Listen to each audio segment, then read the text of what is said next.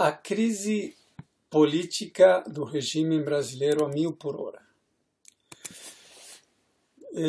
Nós estamos visualizando cada vez mais o apodrecimento do regime político brasileiro de maneira muito acelerada.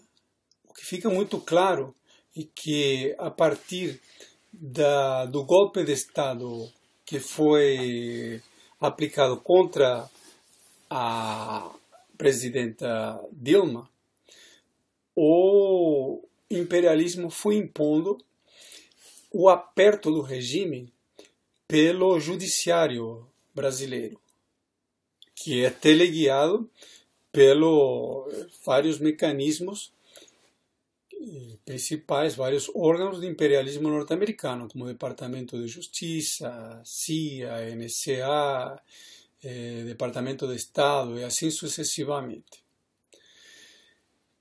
O Supremo Tribunal Federal brasileiro, ele não conseguiu formar um bloco forte para poder impor a política que o imperialismo exige que seja imposto no Brasil.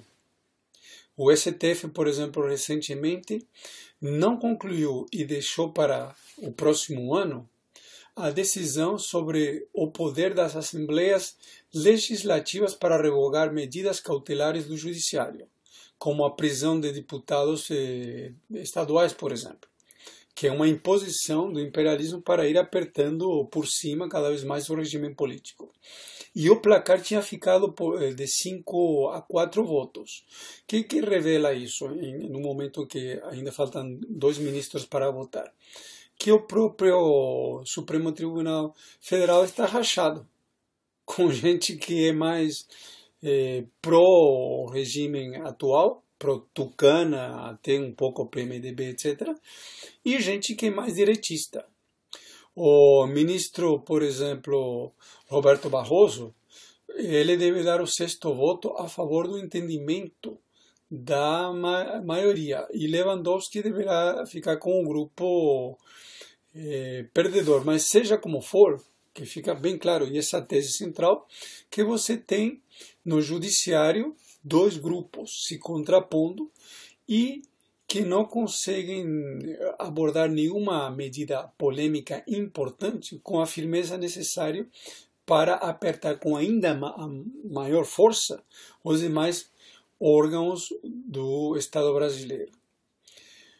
A crise em relação aos partidos políticos tem se colocado de maneira generalizada. Se bem o PT e o PMDB estão sendo colocados contra as cordas na tentativa de tirá-los do centro do jogo político o mais rápido possível, porque para o imperialismo eles se tornaram inviáveis, nós vemos que uma coisa parecida está acontecendo também com o PSDB.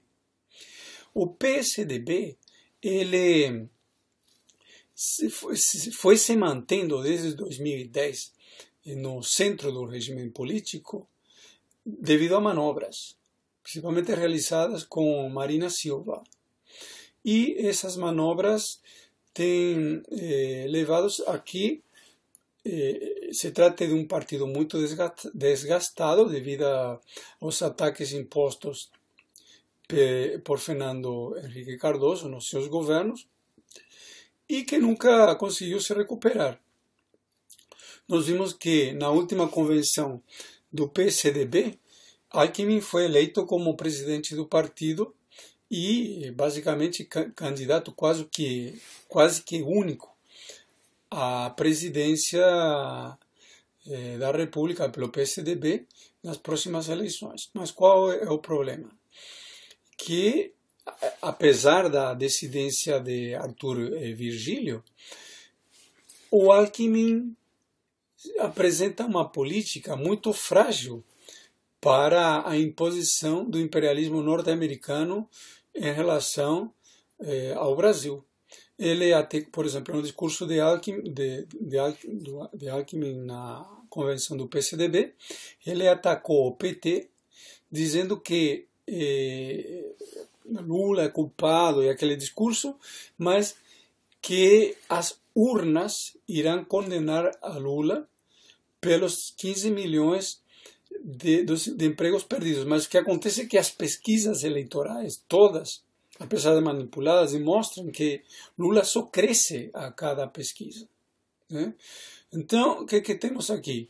Que a política imposta pelo imperialismo, de ataques contra esse regime que foi colocado em pé com a Constituição de 88, ela exige de medidas mais duras, não de medidas eleitorais. A solução da crise só pode ser uma solução extraparlamentar, impor um regime bonapartista em cima de uma ditadura da polícia e do exército. Porque o estado de exceção do judiciário depende do pacto anti-Lula, do fortalecimento de Bolsonaro ou da aceleração aberta do golpe de Estado. E Alckmin tenta disputar um espaço no qual ele tem dificuldades de atuar, que é um espaço muito mais direitista, no qual nesse momento Bolsonaro está capitalizando. E, por outra parte, enquanto Alckmin faz essa movimentação, o verdadeiro bolsonarismo de Alckmin, ele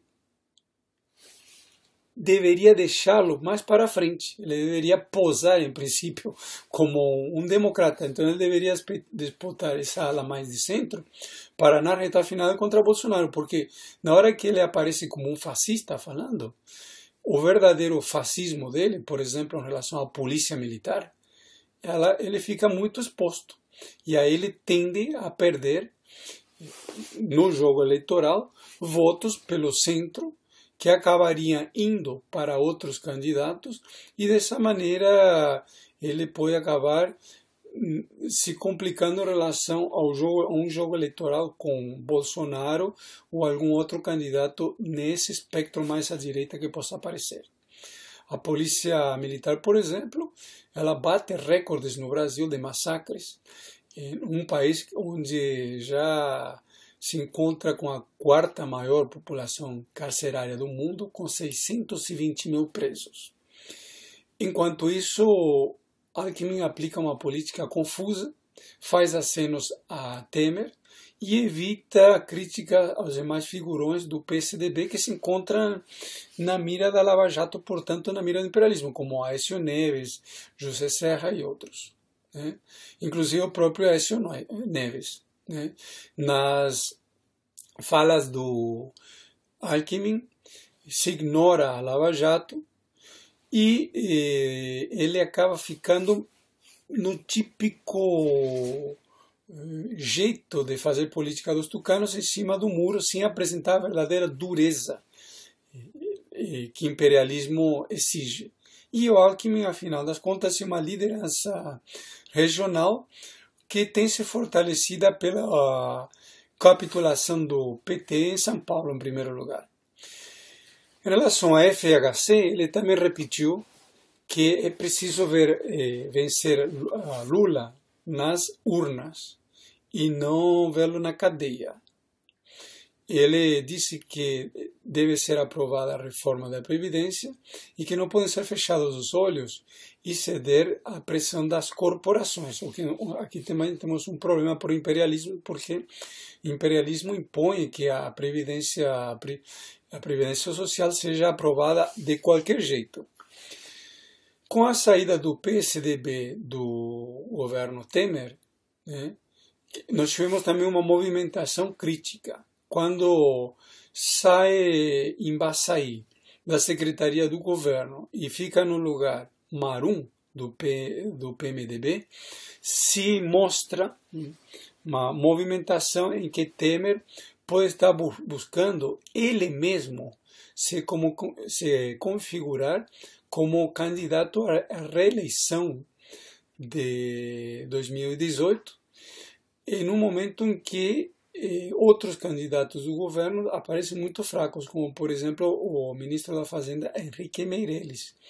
Por quê? Porque ele é um elemento ligado à JBS, que poderia abrir uma enorme crise.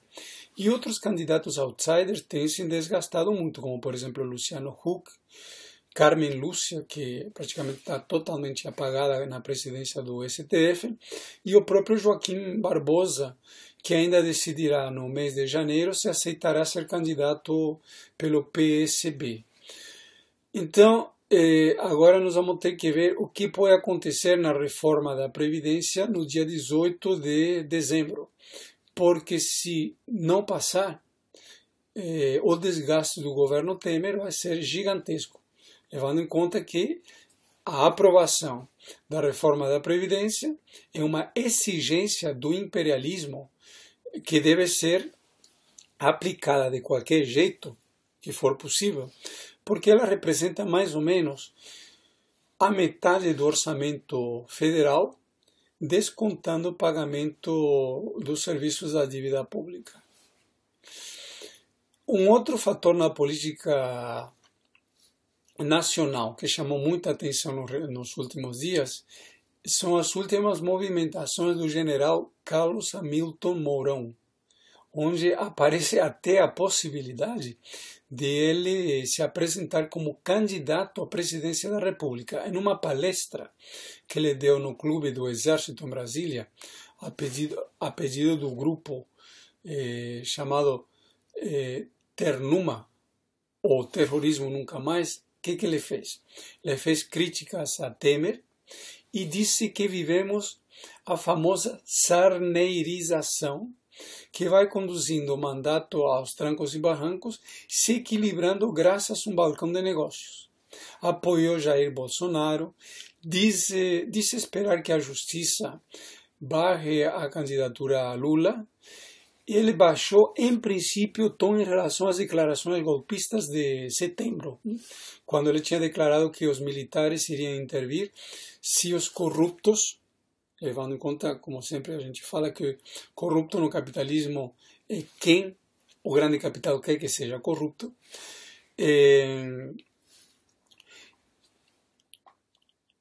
os militares iriam intervir se o judiciário não controlarem os corruptos.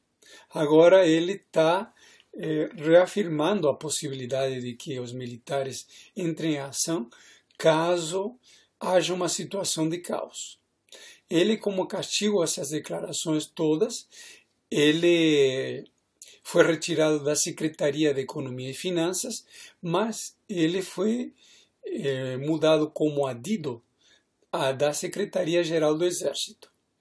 Só que tem um ponto importante. Ele irá para a reserva no dia 31 de março de 2018, quando, por coincidência, acontece o aniversário do golpe militar de 64, e ele poderá assumir a presidência do clube militar.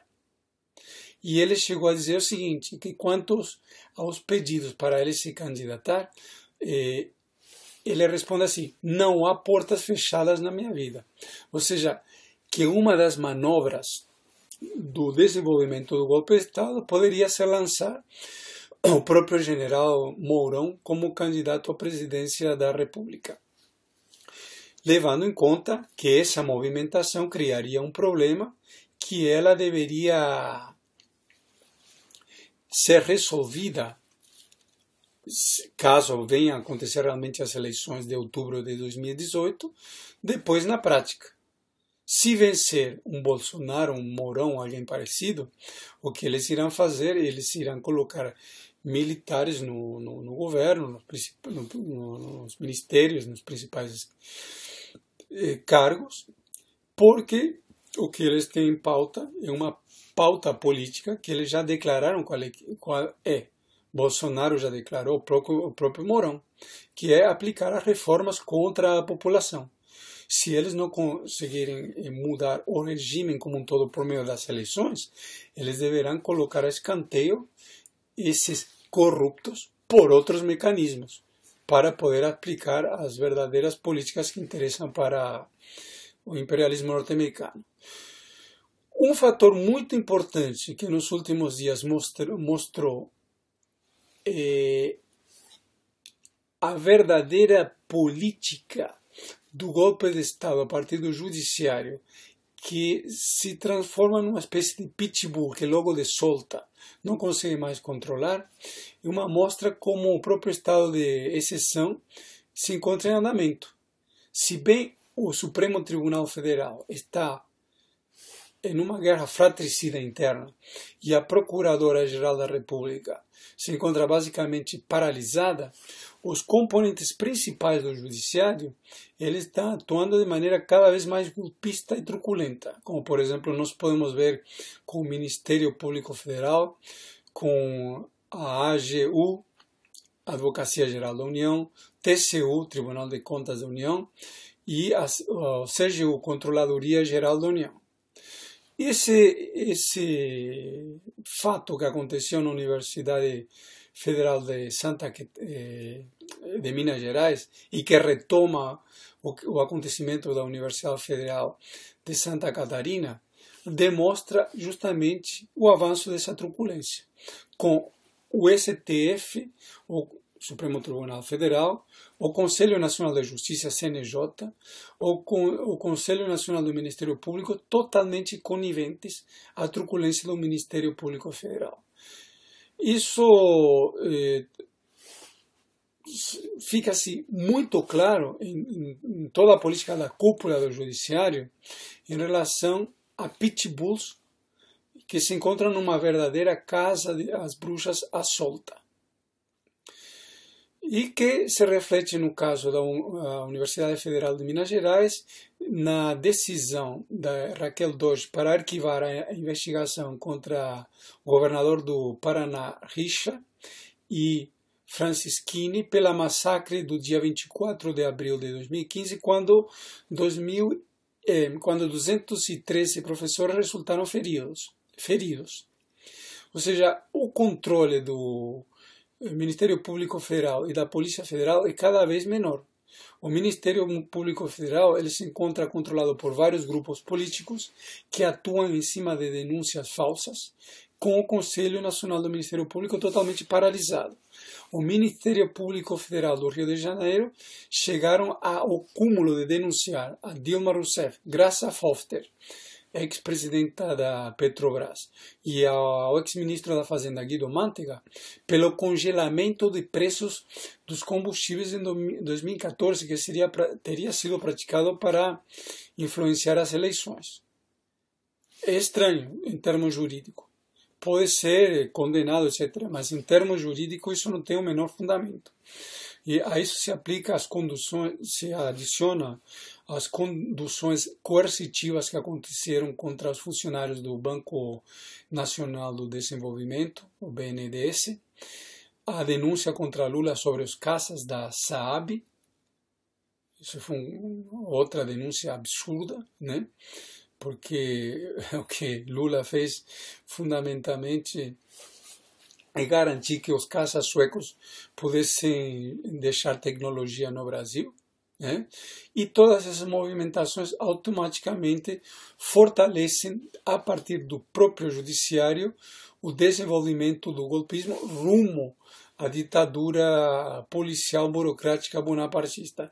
E quem alimenta essa movimentação serão os primeiros a serem afetados. O caso, indo diretamente ao caso da Universidade Federal de Minas Gerais, foi muito grave porque a operação denominada Esperança Equilibrista, o que ela fez? Ela era uma investigação que apura supostos desvios por 4 milhões de reais na construção do Memorial da Anistia Política do Brasil, que foi uma obra financiada pelo Ministério da Justiça e executada pela própria UFMG. Em cima esse indício, digamos assim, porque ainda não há provas, foram encaminhadas conduções coercitivas de 5 integrantes da cúpula da UFMG, incluindo o próprio reitor, em cima de um problema que seria, nesse estágio das investigações, um problema meramente administrativo. E os crimes que estão sendo imputados são, por exemplo, que os alunos ganharam bolsas. poderiam ser fraudulentas ou não, mas isso precisaria ser provado. E os crimes gravíssimos seriam um suposto desvio de recursos na construção desse memorial da anistia, além das bolsas de estudo. Mas nada que não pudesse ser investigado administrativamente. Houveram escutas contra o reitor e a própria fundação que controla as bolsas, e tudo isso se trata de um golpista de caixas bruxas, além de ataques contra o próprio governador do estado de Minas Gerais, Pimentel, que se encontra também no eixo dos ataques à direita.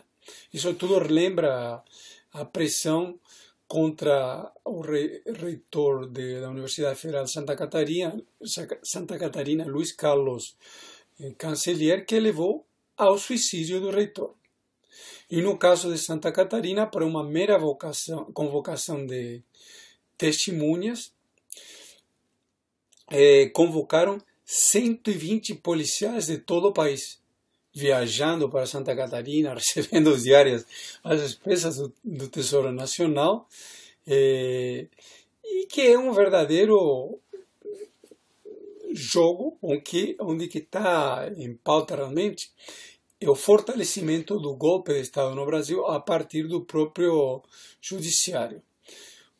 A reação do novo diretor diretor-geral da Polícia Federal de Segovia foi abrir um inquérito menor, isolado, contra a delegada responsável por esse caso do equilibrista contra a Universidade de Minas Gerais, que inclusive tem o mesmo nome de Raquel Dodge. Que Raquel Dodge nem sequer se manifestou, nem o Conselho Nacional do Ministério Público, nem o Conselho Nacional de Justiça.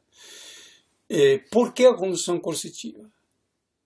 Há algum mecanismo para isso, democrático para isso? Somente poderia ser uma avaliação administrativa do problema e, a partir daí, a tirada de conclusões.